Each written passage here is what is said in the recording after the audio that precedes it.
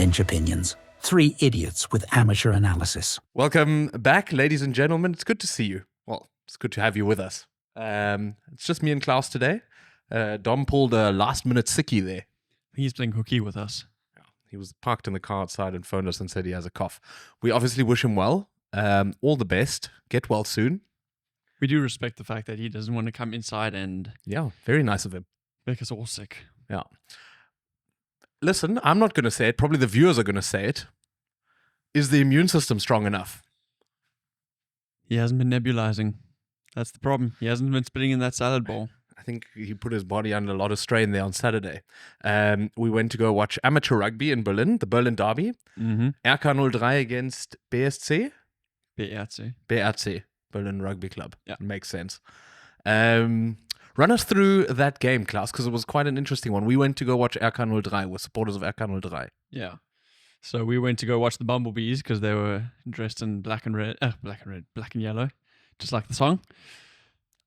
Yeah, it's now the third time that I've seen them lose, and the loss was quite devastating, unfortunately. They were in it at halftime.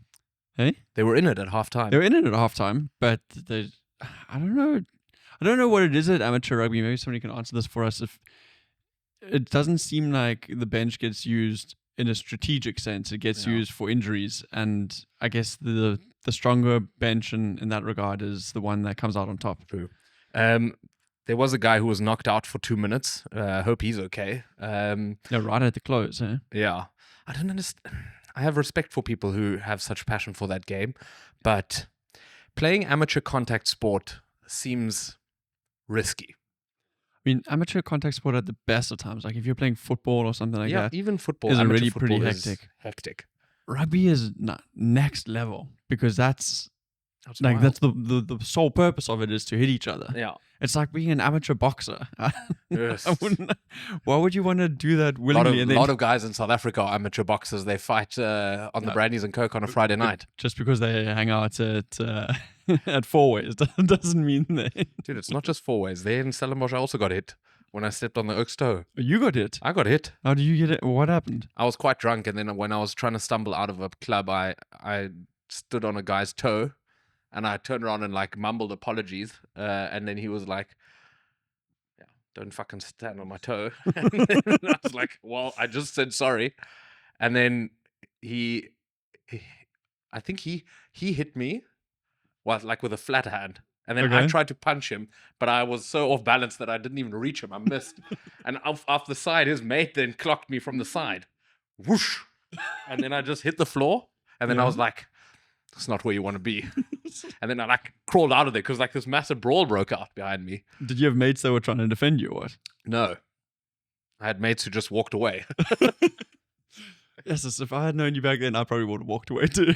Dude, it's, sometimes you have to make the decision, the split-second decision of whether something is worth it. And I'm okay with a friend not getting into a fight for me. There's some situations where I think you need to stand up for one another. That wasn't one of them. That was also an easy out. You know? Look, I wouldn't have walked away, but I would have not engaged in the fight and just tried to drag you out of there. They were big guys. Big guys. And they were drunk as well. No. You've also got to analyze the risk in these situations, and it's not worth it. If I'm okay, let's get out of there. So is he wearing pluckies, eh? No, I was wearing pluckies. Are you? Yeah. I think it's not even that hard. I think he made a derogatory comment about me wearing flip-flops while I was out, and I was like, dude, do you know where you are? In Stellenbosch. You're lucky I'm not barefoot. Shit, okay. Yeah. And that was, I've been hit a few times. I've never hit anyone. Well, my favorite you getting hit story is when Dominic tripped those Oaks driving past you guys in Bremen, eh? Yeah, for those of you who don't know the story, Dominic came to visit me once when I lived in Bremen, and we walked out of a club and we're going to go get some food, and this car drove by us and shouted something derogatory out the window, and Dom decided to shout something back. I can't remember what it was, but there was some expletives in there, and the car, you just heard the brakes screech, and a lot of car doors open, more than two. And I don't know what my plan was, but I didn't even turn around. I was just like, maybe if I don't look, then they won't hurt me. I'm not part of it. Yeah, no, but then the first one hit me in the back. Then I turned, And then he hit me in the face. And then Dom was there was 4 dudes. 2 were beating him up, 2 were beating me up. Oh my gosh. And the dude, I was lying on the floor and he was swung out to kick me in the face. So I had to protect my face. It was hectic. And then it all happened in 15 seconds. Then they got back in their car and drove off. And there was a lady who witnessed all of it who was in shock. She was crying. She was phoning the police. She was crying. Yeah. You're the one knocked down on the ground. Dominic and I got up and we looked at each other. We were like, holy shit. And then we got water and we were washing our mouth out because it was obviously all bleeding. And the cops were there taking the details. And I was rinsing my mouth out and I spat blood down. And some of it got on the cop's shoe. And he was legitimately upset with me. And I was like, dude. Why are you standing in my way? Yeah, I'm trying to get this all under control here again. But after he saw your face, he was probably like, this guy's no threat to me. Yeah, but he also, I think he didn't think we were as innocent as we were. But we were. And surprisingly, we got an email 6 months later saying they didn't catch the culprits. Oh. But that was character building because I don't think Dom has shouted something at anyone after that because, I'm not going to say he's the one to get us into a fight, but it was definitely not going to be me. If the 2 of us were out and you were the betting man and you were going to say one of you is going to get the other one into a fight, put all your money on Dominic. It's an interesting topic that you raised because I used to work in this German bar down South Germany. And guys would bitch and moan at each other and cause a bit of a ruckus, but would never ever touch each other.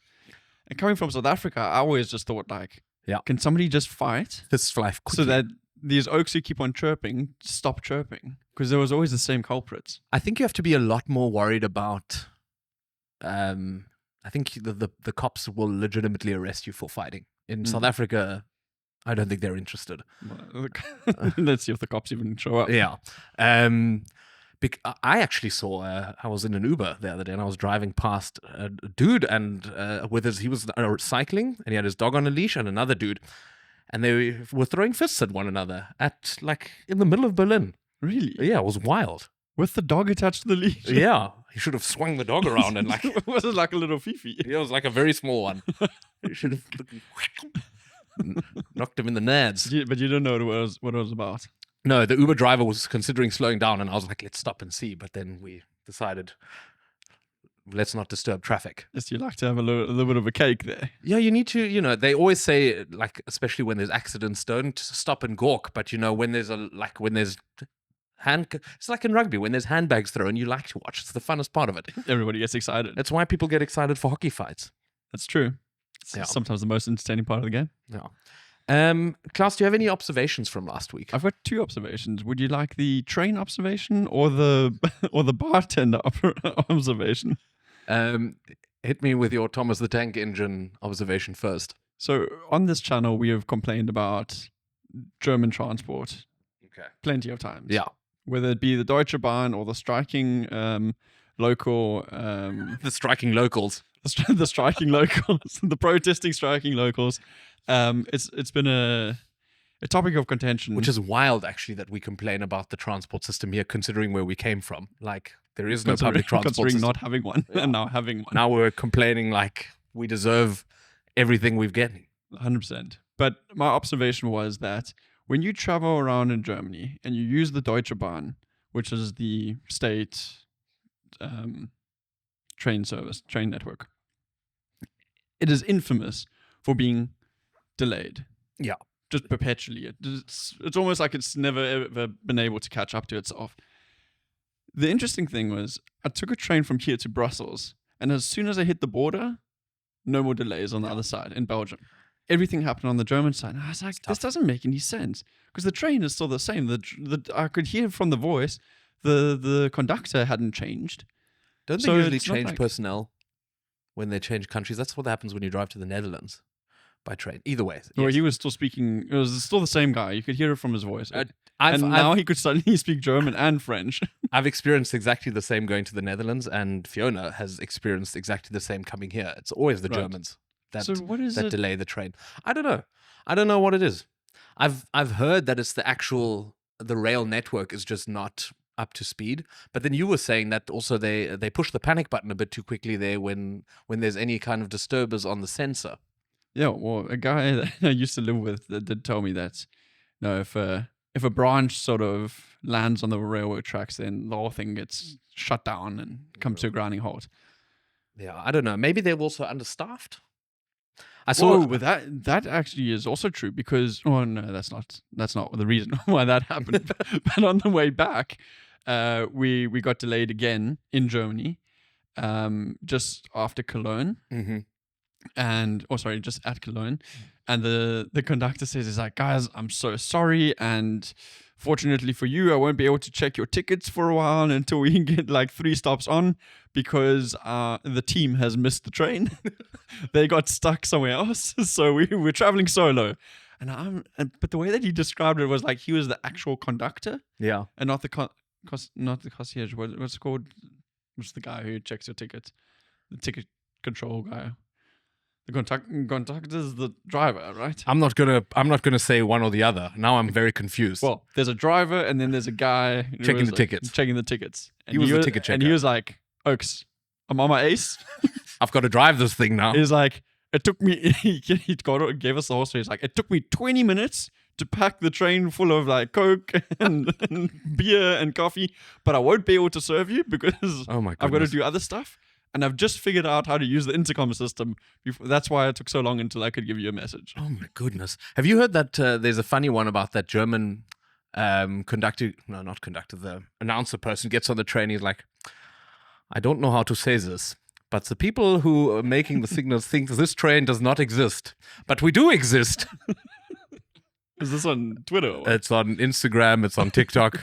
It's cack funny because obviously the people directing the trains, signal operators, didn't know that the train was there, and he couldn't translate it into English properly. English, yeah. Yeah.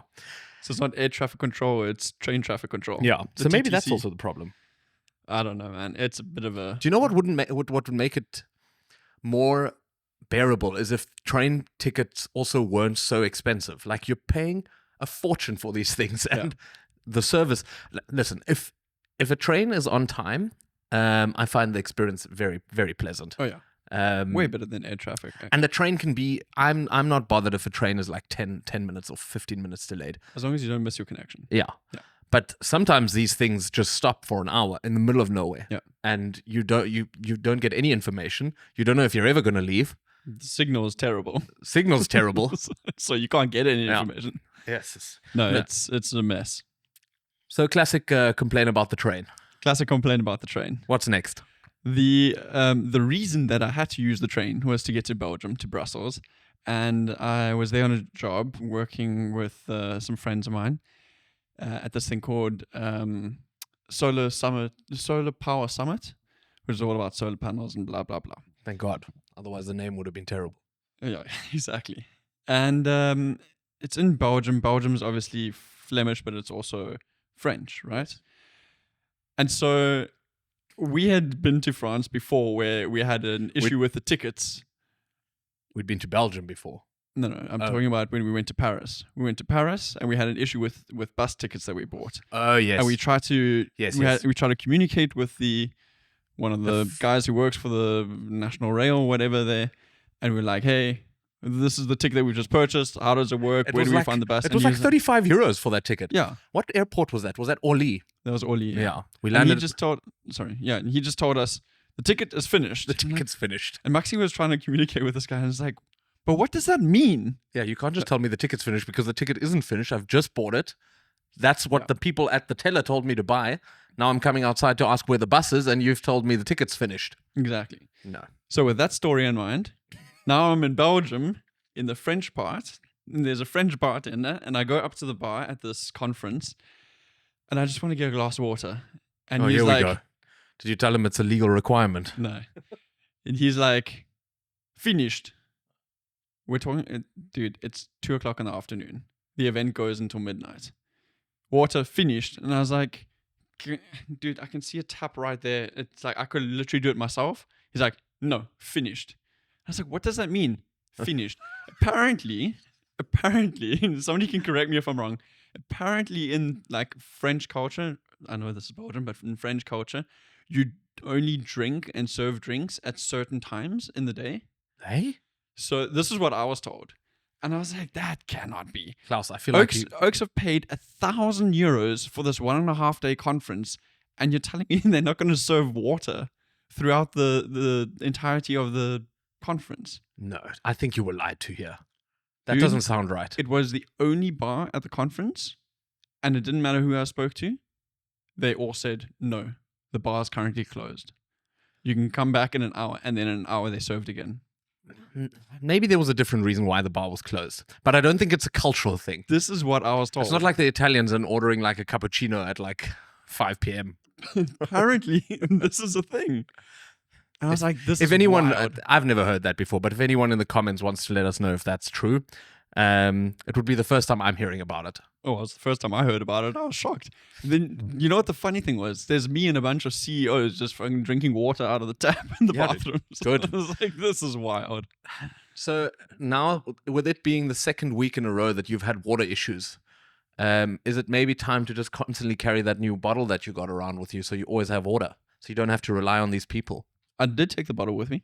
It was empty. I'd already drank the water. I'm glad to see you drinking so much water, Klaus. Yeah. It's important to stay hydrated. Keeping myself hydrated, yeah. Yeah.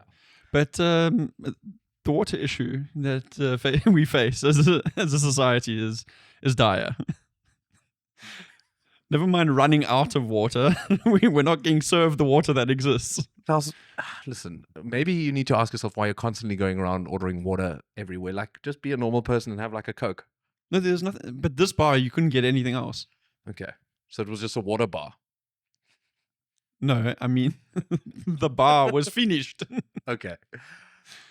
Oh, your observations. Let's move on. I don't really have... so, let me preface all of this. I have a problem. My problem is workout photos. Now, let me preface this. Your workout photos? No. I don't mind people posting photos of themselves before, during, or after they've worked out. If you're proud of your guns, show them off. If you've been working out on your bum, show it off. If you're going for a run and you're sweaty, show it off. I'm all for it, you know? We all just need to we all need to put out there that we're working on ourselves. It's a healthy habit. Mm-hmm. But there needs to be a line of what we post and what we expect in return. Mm-hmm. I've seen multiple people, and I assume they're runners, just post a picture of their shoes and they say, let's go. It's quantity over quality, Maxi. What exactly do you want me to do with that photo? Because just because you've got your running shoes on doesn't mean you're going for a run. You could be going grocery shopping. I don't know. And I'm not going to give you kudos for that. We all do that. Running shoes are comfortable shoes to wear as all-day shoes.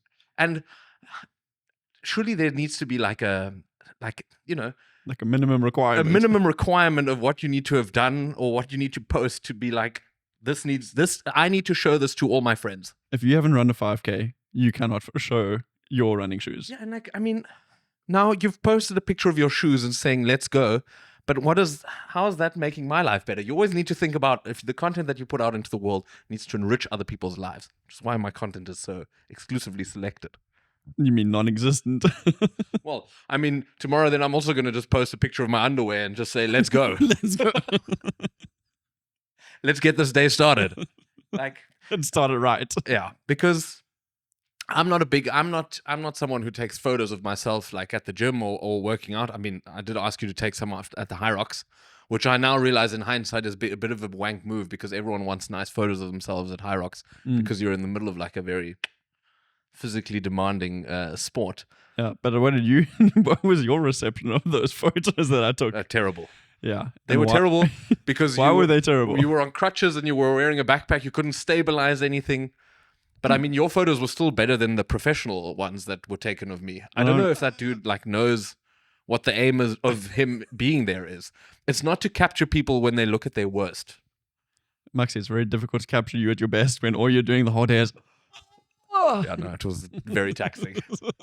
But I feel like if people had told me okay, there's a dude with a camera coming around the next corner, I would have pulled myself towards myself just for the photo. Start flexing. Yeah. Suck my stomach in. Smile. You might have had to put more effort into all of that. Dude, and it's only for that one photo. Then afterwards, you can completely let yourself go again and just suffer. My problem with these sports photos is more the locations that people take their sports photos at. especially at the gym. It's you're- getting a bit ridiculous now. You've got a big problem with people at the gym and their tripods, but I don't understand why. I've hardly ever seen them, and they don't bother me at all. But I think you sometimes go a little bit earlier than I go. Yes, it's coming at the 9 o'clock rush. There's tripods everywhere, man. It's hectic. Also, what I don't think is right is Oaks taking photos of themselves in the mirrors in the changing rooms. That's hectic. Well, it's hectic if you can see other naked dudes in the background, because Well, then that's my point. because then now they haven't consented to this, and now just because you're trying to see how like big your pump is, Yeah. there's a dude in the back trying to fucking lotion his body. In the last 2 weeks, I mean, this sounds ridiculous, but in the last 2 weeks, there's now been like 2 or 3 times where I've had to wait to leave the changing room just because somebody's doing a quick photo shoot with himself in the mirror. I'm just like, I wonder what they do with those photos. I wonder if they go onto social media or if they just send them to people. I don't know. Or maybe they're just tracking their progress. Maybe, but usually when people take photos of themselves like that, they do want to send it to someone. Yeah, Yeah. I would think so.